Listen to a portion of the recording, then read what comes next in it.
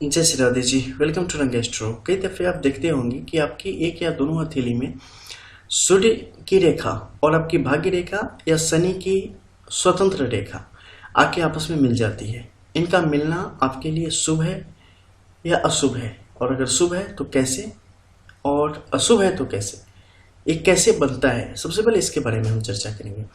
सन, जैसा कि आप जानते हैं, आपकी रिंग यानी कि अनामिका फिंगर के नीचे का जो माउंट होता है ये आपके सन का माउंट होता है। यहाँ पे जो भी रेखा होती है इससे पता चलता है कि सन यानी कि सूर्य का आपके जीवन में किस तरीके का प्रभाव है, आपके लिए किस हद तक अच्छे हैं या कहीं ना कहीं आपके लिए नुकसान का कारण बन रहे हैं, या यहाँ पर कौन से सिंबल हैं जिसके द्वारा आपको पता चलेगा कि आपके लिए और बेहतर गुणों को बढ़ाने वाले हैं या अवगुणों को बढ़ाने वाले हैं, मान सम्मान को बढ़ाने वाले हैं या अपमान की स्थिति को पैदा करने वाले हैं, जलालत की स्थिति को पैदा करने वाले हैं। तो यहाँ पे कई सारी रेखाएं होती है जिसमें सूर्य की अपनी नीची रेखा भी होती है। अगर सूर्य की रेखा किसी भी व्यक्ति की हथेली में होती है और ये जितना बेहतर होता है, जितना बड़ा होता है, जितना ज्यादा दूषित होने से बचा होता है यानी कि निष्कलंक होता है, वो उतना ज्यादा जातक के लिए बेहतर अवसरों को प्रदान करने का कार्य करता है और जातक के लिए बेहतर अवसरों को लाने का काम करता है। अब देखो सूर्य की रेखा यहाँ पर क्या होगी। सामान्य तौर पे अगर आप जाएंगे सूर्य रेखा के विषय में जानने के लिए तो सबसे पहले संक्षेप में बता दूं कि आपके केतु के क्षेत्र से निकल के ऊपर की तरफ जाता है, लेकिन बहुत ही कम ऐसी हथेली है जिसमें पूर्ण सूर्य रेखा उदित अवस्था में आपको दिख जाएगी। नहीं तो अधिकतर हथेली में ये बहुत ही छोटे भाग में यहाँ पर अवस्थित दिखेगी, या कुछ हथेली में आपके हृदय रेखा को चीरती हुई नीचे तक आएगी। इसके अलावा कुछ हथेली में देखेंगे कि छिन्न भिन्न अवस्था में यानी कि टूटी बिखरी अवस्था में, खंडित अवस्था में नीचे तक आई रहेगी। अगर कोई सीधी है, बिल्कुल पुष्ट है, अगर कहीं से भी कोई खंडन नहीं है, कोई बुरी रेखा इसके आसपास नहीं बनी है, तो निश्चित तौर पे एक बेहतर काम करेगी। इसे आप ऐसे समझ सकते हैं कि कोई पेड़ है, पेड़ में किसी प्रकार का कीड़ा नहीं लगा है, कोई रोग नहीं है, वो टेढ़ी मेढ़ी नहीं है और बिल्कुल सीधी है, तो कितनी बेहतरीन होगी। वहीं पर अगर मान लो कि उसमें बहुत सारे कीड़े लगे हैं, जगह जगह से कटा फटा है, तो उसका विकास कैसा होगा। इसी तरीके से इसका भी प्रभाव व्यक्ति के जीवन में आता है।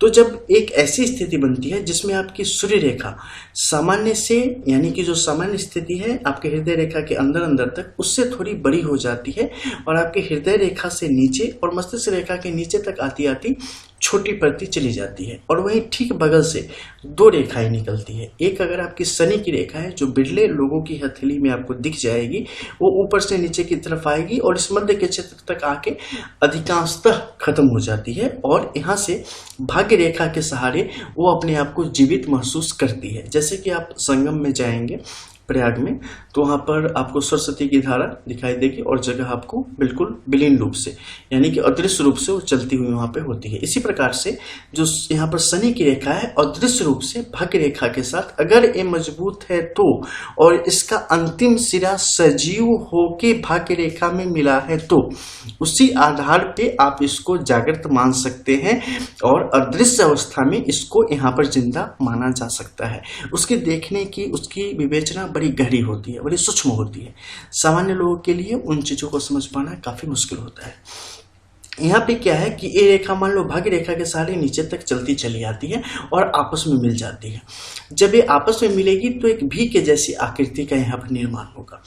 ये अगर किसी भी प्रकार से कहीं ना ए रेखा न ए रेखा अगर खंडित है तो ऐसी स्थिति जातक के एक बेहतर भविष्य को दर्शाती है, और जातक जब भी किसी व्यक्ति के हाथ में ऐसा होगा वो जन्मजात विलक्षण गुणों से युक्त होगा। वो अपने जीवन में कुछ ना कुछ ऐसा बड़ा कर जाएगा जिसका प्रभाव बहुत ही बृहद होगा और जिसका प्रभाव एक छोटे से स्थान से निकल के वैश्विक रूप से स्पष्ट तौर पे दिखाई देगा। ऐसे लोग शासन प्रशासन के क्षेत्रों में बड़ी ही तीव्र प्रगति करते हैं और बहुत ही ऊंचे पद तक चलते चले जाते हैं और उसे सुशोभित करने का काम करते हैं। ऐसे लोग काफी तीक्ष्ण बुद्धि के होते हैं और हर एक विकट अवसरों को शुभ अवसर में तब्दील करने में महारत हासिल रखते हैं। दिमाग के बड़े पैने होते हैं, बुरे से बुरे अवसरों को अपने हक में बेहतर रूप से इस्तेमाल करना जानते हैं। ये मौकों को बनाने का काम करते हैं। जैसे बहुत लोग ऐसे होते हैं ना, कहो कि कोई बिजनेस कर लो, फलाने का बिजनेस कर लो, तो नहीं यहाँ पे ये नहीं हो सकता है, यहाँ पे तो ऑलरेडी पहले से है। ये क्या करते हैं, आपकी जरूरत पैदा करते हैं। जो आपको ऑलरेडी जरूरत है उसकी सप्लाई नहीं करना है, उसमें तो बहुत सारे कंपटीटर हैं। ये आपके लिए जरूरत पैदा कर देंगे और फिर उसकी सप्लाई करेंगे। ऐसी सिचुएशन को बना देते हैं। मार्केट बनाना जिसे कहते हैं उसके गुण इनमें होते हैं। राजनीति में, शासन प्रशासन के क्षेत्रों में, पुलिस विभाग में, बड़े बड़े दलालों के रूप में, इन सब कार्यों में एक काफी तीव्र प्रगति करते हैं और बड़े बड़े स्तर तक चलते चले जाते हैं। ऐसी स्थिति में जब भी अगर आपकी रेखाएं खंडित होगी तो वैसी अवस्था में जातक के जीवन में खास उम्र में वैसे वैसे विकट पड़ाव आएंगे जहां ये लोग भी फंसेंगे, जहां इनके लिए भी परिस्थितियां थोड़ी सी मुश्किल होती चली जाएगी। लेकिन अगर रेखाएं मजबूत हैं, ऊपर से अगर शनि की रेखाएं सजीव अवस्था में अगर भाग्य रेखा के साथ मिली हुई है तो ऐसी अवस्था में ये निश्चित तौर पे फिर से आपको जीत दिलाने का काम करेगी। अब यहाँ पर एक दिलचस्प तथ्य है कि मान लो शनि की रेखा है ही नहीं यहाँ पे, ठीक है, और भाग्य रेखा से ही ये मिल गई है और भाग्य रेखा ऊपर तक चलती चली गई है और हृदय रेखा से मिल गई है। ऐसी स्थिति में क्या होगा, किस्मत का भी अनवरत साथ मिलेगा। शनि की रेखा यहाँ पर होने से क्या हो जाता है कि व्यक्ति विश्व विजयी हो जाता है। किसी भी परिस्थिति में, यहाँ तक कि कुछ गलत भी करेंगे फिर भी नहीं फंसेंगे, फिर भी इनके लिए सिचुएशन बहुत ही अच्छा रहेगा। इनका बाहुबल इतना तीव्र होगा, इनका तेज इतना जबरदस्त होगा कि लोग देखते ही आके चौंधिया जाएंगे। हरा पाना किसी भी तरीके से संभव दिखेगा ही नहीं। लेकिन वहीं पर भाग्य रेखा रहेगी तो कहीं ना कहीं संयमित रहेंगे, कहीं ना कहीं ये अपनी हद जानने वाले होंगे और कहीं ना कहीं बच बच के चलने वाले होंगे। लेकिन शक्तियां उतनी ही प्राप्त होगी, सफलता उतनी ही प्राप्त होगी। इसमें कहीं से भी कोई दो मत की स्थिति नहीं है। अब यहाँ पर क्या है कि सूर्य की जो रेखा है, यहाँ पर सूर्य की ये पर्वत क्षेत्र कैसा है, इसका उभार कैसा है, उसके आधार पर आप जान सकते हैं कि व्यक्ति जहां पर होगा उस जगह को कितना ज्यादा अपने अधिकार क्षेत्र में करेगा। एक ही जगह पे अड़के रह जाएगा या काफी अलग अलग क्षेत्रों में अपना प्रभाव फैलाने का काम करेगा। यहाँ पर उपस्थित रेखाओं के माध्यम से आप जान सकते हैं कि उनके लिए अड़चनें कितनी आएंगी या उनके लिए बेहतर माहौल कितने ज्यादा तैयार होते चले जाएंगे। एक से ज्यादा रेखाओं की स्थिति जब यहाँ पर बनेगी, अगर सिचुएशन ऐसी हो तो इस जातक के लिए भी सुंदर है। लेकिन अगर इसमें बहुत सारी अर्धव रेखाओं की स्थिति बनी, यानी कि नीचे की तरफ जाती रेखाओं की बने बिना इसे छुए हुए, तो फिर नुकसान की गारंटी है।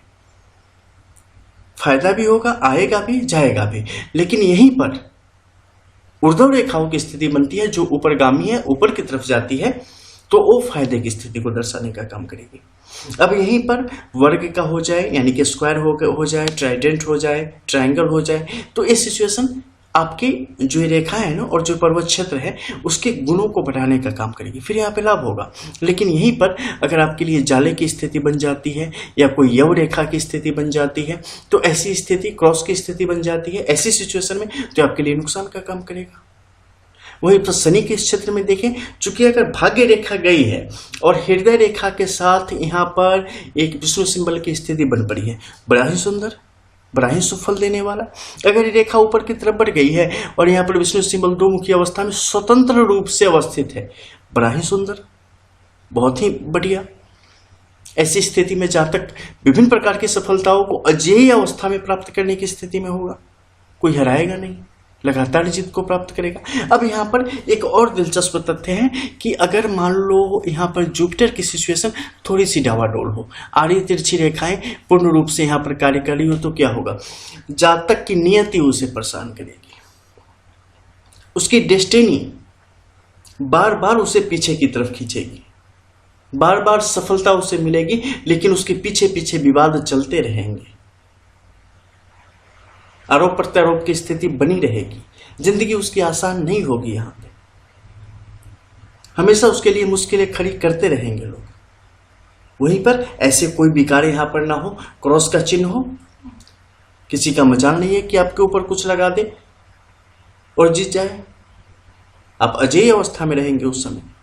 तो ऐसे शुभ गुणों को का विकास करने का यह काम करता है। वहीं पर रेखाएं टूट जाएंगी तो उसके अनुरूप उसके जो शुभ फल है उसमें कमी आनी शुरू हो जाती है।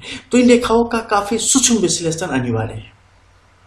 आपके लकीरें आपके जीवन के बारे में सब कुछ स्पष्ट कर देती है। इनफैक्ट कि जो हस्त की रेखाएं होती है ना, या कोई भी जो भी ज्योतिषी है, यानी कि ज्योतिष की जो विधाएं हैं, आपकी कुंडली का हो जाए, टैरोट हो जाए, हॉरोस्कोप, इसके अलावा आपकी हस्त रेखा हो जाए, ये सब क्या है, बताने के लिए कि कौन सा रास्ता सही है, कहां पर गलत जा रहे हैं। थोड़ा सा सही हो जाओ, ट्रैक पे आ जाओगे, ये कर लो, ट्रैक पे आ जाओगे। मान लो सब कुछ सही जा रहा है, ठीक है, बस थोड़ी सी कमी हो जाती है। मैं हमेशा कहता हूं कि करोड़ों की कार है, सिर्फ हवा नहीं है उसके टायर में, बेकार है। उसी तरीके से कई बार क्या होता है, बड़ी सूक्ष्म गलतियां हो रही होती है, लेकिन उसके बड़े बड़े नुकसान आपके जीवन में हो रहे होते हैं। उन्हें पहचानो, ये सब उसमें आपके पहचानने का काम करते हैं, आपको सही रास्ता बताने का काम करते हैं। होने को कोई नहीं टालता, लेकिन कर्म आपके हाथ में होते हैं। कर्म प्रधान विश्व करी राखा, जो जस करी सो तस फल चाखा। मिलते हैं फिर, तब तक के लिए जय जय श्री राधे।